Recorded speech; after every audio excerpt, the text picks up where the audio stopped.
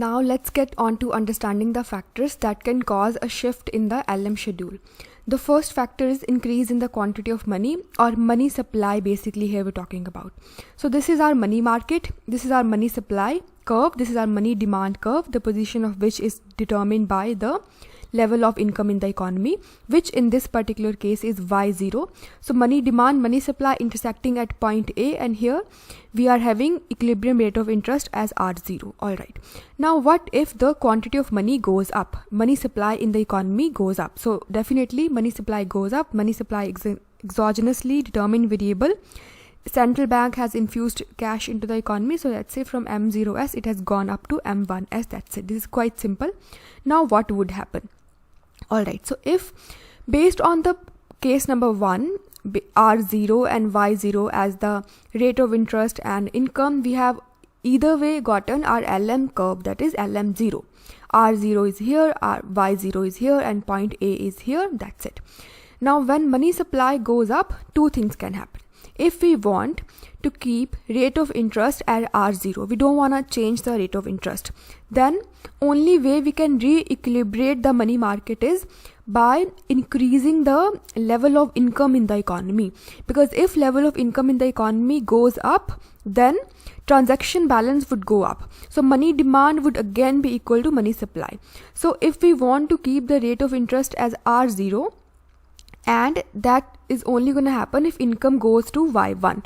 They haven't shown this increase in income case here, but we can on our own draw this thing. Just we need to draw any point that cuts this MS1 curve right here. So we'll be seeing if R0 stays the rate of interest, then Y1 would be our income, and that's how we are seeing a rightward shifts in the LM curve. But what if we don't wanna change the level of income? We want to keep the level of income as Y0. Then how we're gonna be making sure that equilibrium is re-established in the money market? Then it's a simple case. The money supply exceeds money demand, rate of interest would fall, and that's how speculative balance in the economy would go up. So simply here we are seeing that level of income stays Y0, but interest has fallen to R1. So here is our case point number B. Y0 is the level of income, interest rate has fallen to R1, and that's how we are seeing downward shift in the LM curve. So what we have understood from this is that the factor that can cause a shift in the LM schedule is the supply of money or the quantity of money. If quantity of money goes up, LM curve would shift rightwards or downwards. That's it. And why? We have seen why. Alright. Now there is one more factor, and that is the demand function, money demand function. This is very, very important. Here we are talking about money demand function. What if despite the level of income not changing, despite the rate of interest being the same, still if money demand in the economy goes up, then we can say that money demand function increases. Money demand is different from the money demand function. Here we are keeping level of income and rate of interest as constant as given. In case number 1, we have seen the increase in the level of income can bring about equilibrium in the money market.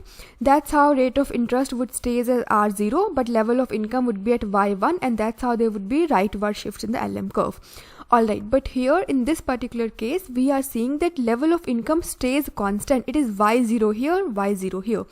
Alright, still based on the same very level of income, based on the same very rate of interest, still money demand has gone up, and this is why we are calling as a shift in the money demand function. That's it. Alright, so how then equilibrium would be re-established in the money market? Let's say originally it's MD0, which is at Y0 and R0. That's it. This is our point number A. Now income does not go up. Definitely this is what we mean by shift in money demand function. Rate of interest does not change. Still money demand has gone up. There is shift in money demand function. Now how to re-equilibrate the money market? This can happen if interest rate goes up. When the rate of interest goes up, it would put a downward pressure on the speculative balance. We know the speculative balance decreases when rate of interest goes up, because it's an inverse relationship between the speculative balance and rate of interest. This is quite simple, and this is something that we already know. This is just the application of knowledge that we already know, right? So it's quite simple. rate of interest would go up, speculative balance would fall, and this is how again money market supply would be equal to money market demand. That's it. So this is our point number B. Income stays at y0 because money demand exceeds money supply. It would put upward pressure on the rate of interest, and that's how LM curve would shift upwards. R1 would be our new equilibrium rate of interest. But what if we don't want to change the rate of interest? We want to keep the rate of interest as R0, which is right here, R0. Then, although it's not been shown here, this got highlighted. Alright, so the curve is not being drawn here, but we can draw it on our own. We don't want to change the rate of interest. Then what is the way forward? We need to simply make sure that income level falls to its original level. Income level falls all the way, not the original, because original is either way y0. Income somehow falls from here till here, so that money demand curve shifts downward, so that we are having original level of interest. So if this happens, then we can say LM curve would shift leftwards, and we'll be seeing a fall in the income. It would be here. Income has fallen from y0 to somewhere over here, because we don't want to change the rate of interest. This is what have happened. So this is really simple. What can cause a shift in the LM schedule? Number one, change in the quantity of money, and number second, change in the money demand function. If money demand function shifts rightwards or shifts upwards, then LM curve too would shift upward but leftwards, because money demand is not a good thing. You can try understanding in a very illogical but practical manner that demand for money, too much demand for money is not good. It could be good. There is not logic attached here. It's just to memorize the things. So if this is happening, then either way it's gonna somehow be keeping upward pressure on rate of interest, and that's happened. LM curve would be shifting upwards, and if we don't want to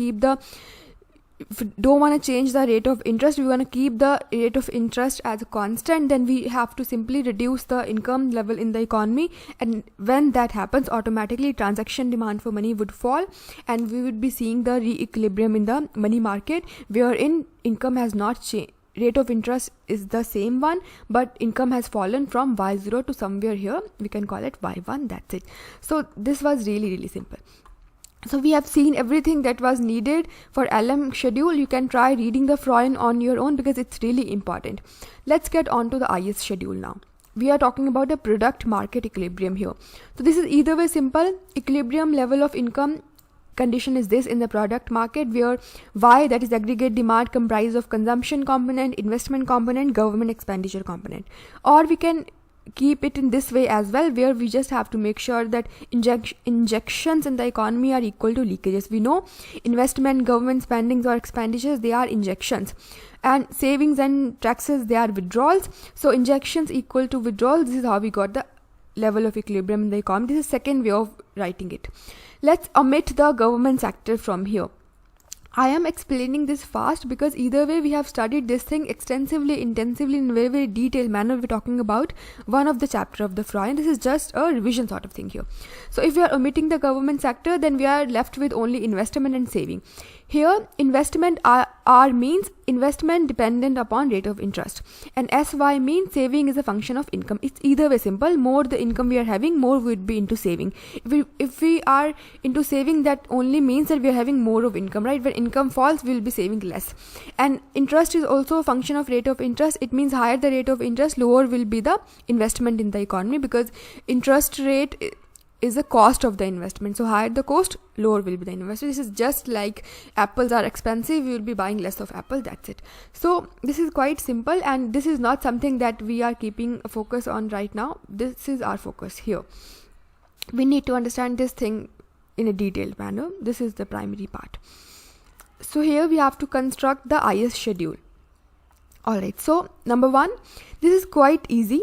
Onto x-axis it's investment, onto y-axis it's rate of interest.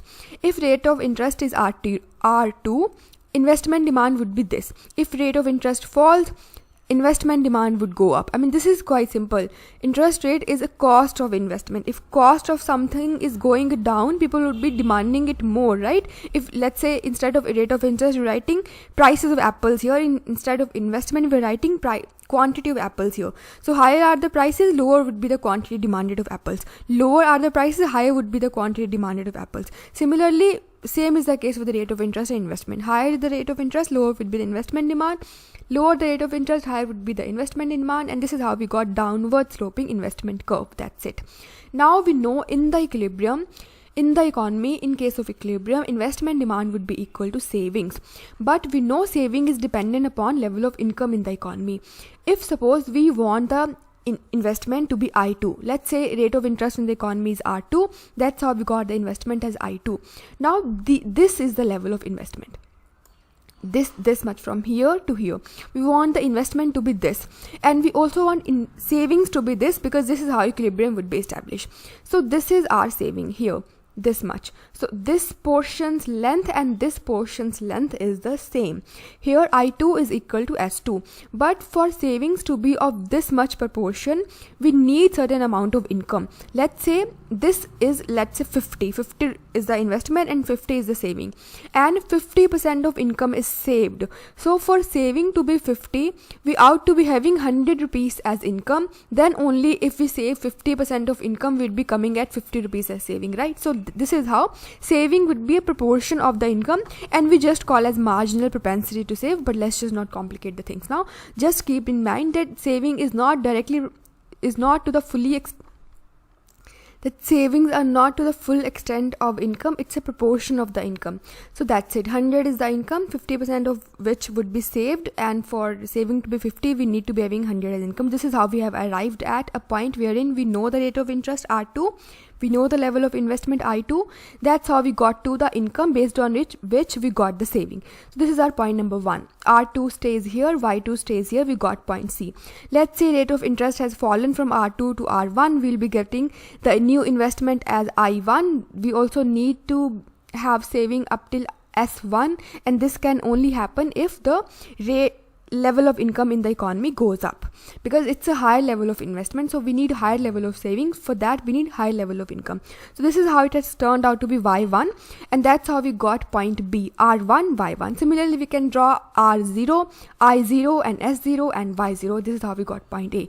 Joining all these points, will be getting downward sloping IS curve. So now we have gotten product market equilibrium. So on to all these points, we are having equilibrium between the interest rate and income. So this is it. This is just a product market equilibrium. If we're gonna combine it with the LM schedule, we'll be seeing simultaneously equilibrium of the money market and product market. But let's just not deviate now.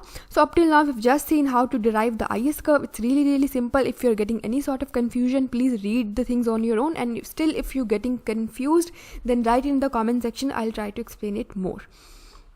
Alright, now we will be seeing what determine the slope of the IS schedule. This too is really simple. First factor is interest elasticity of investment. So what determines the slope of the IS schedule? Whether it would be flatter, it would be steeper.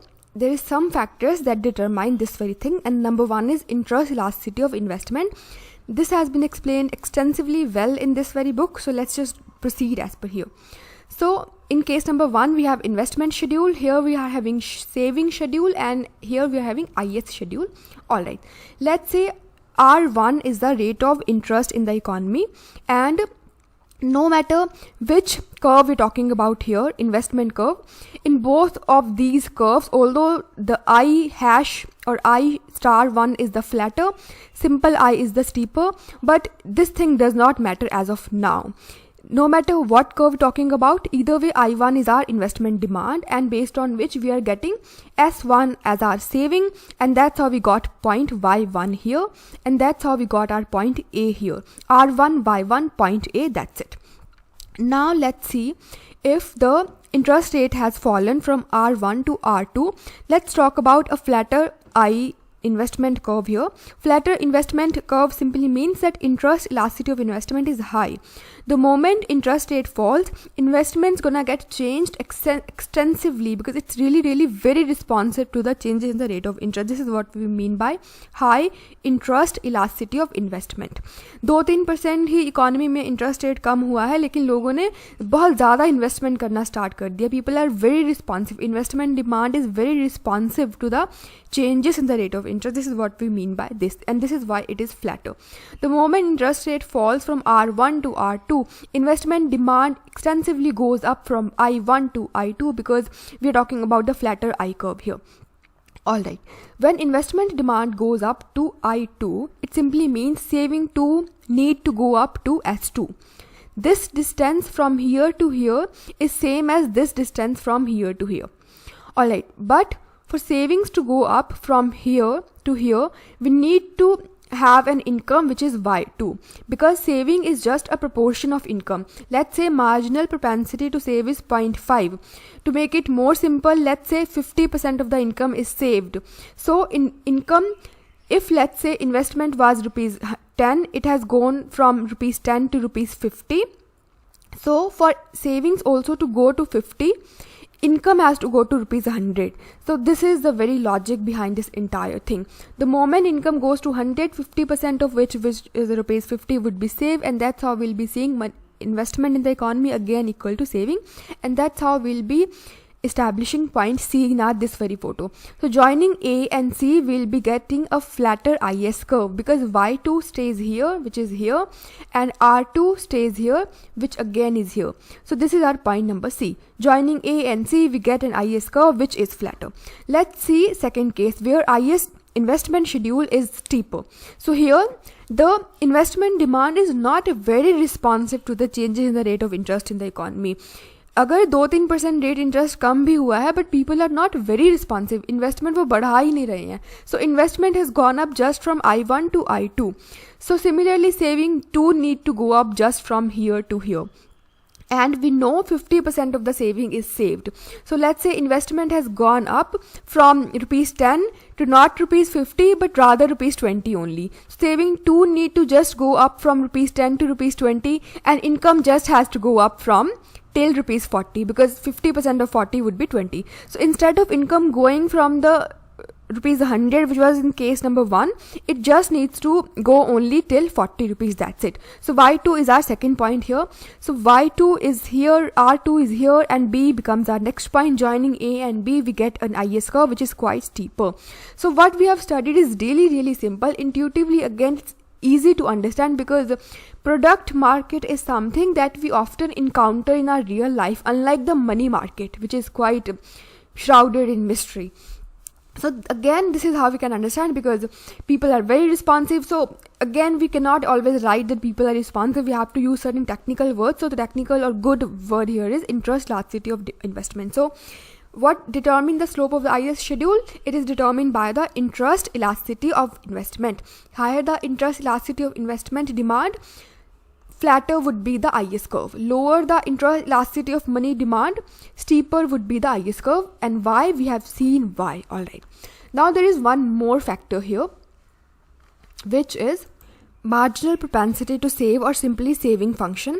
This again can be understood intuitively, and here in FROYEN they haven't really drawn any elaborate diagram, but we can draw it on our own if question is asked onto this, which is easy. So people have a tendency to save money.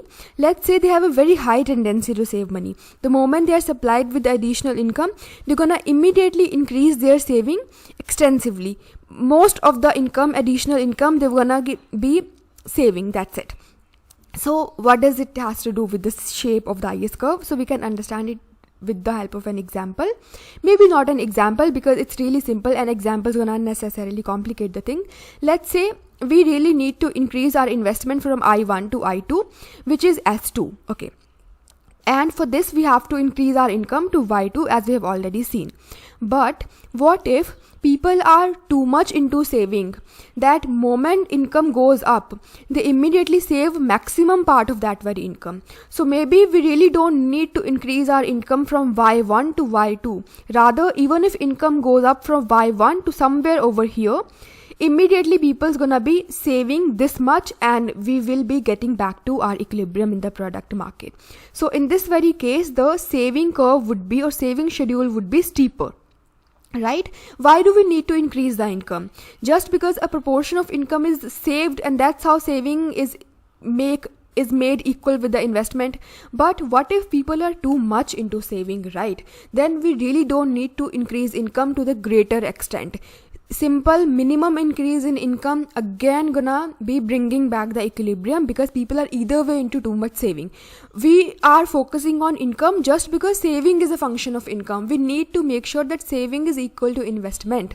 But I think this much explanation is enough. It's really simple. It's like earlier we used to be needing to increase income from till rupees 100 because 50% of it was saved. But what if saving rate is 90%? Then we really don't need to increase income to 100, because increasing income to 100 would mean we are keeping saving as 90, which is not needed. We need investment as 50, saving too has to be 50. So increase in income would be to the lesser extent than it was earlier when the saving rate was less. But now, because saving rates are high, so this is it. So this is really simple. Please try reading the entire book on your own. Crux of the story is marginal propensity to save determines the shape of the slope of the IS schedule. Higher the marginal propensity to save, steeper would be the IS curve, and that is it. Why and how, this I have already explained, and if you have gotten confused, please pause a bit and try reading FROYEN on your own. It's really good book. You will be getting a complete hold over everything in a very, very good manner. So we are done with the slope of the IS schedule. Next is factors that shift the IS schedule, but we'll be doing this tomorrow, and that's it. Thank you so much for watching, and goodbye.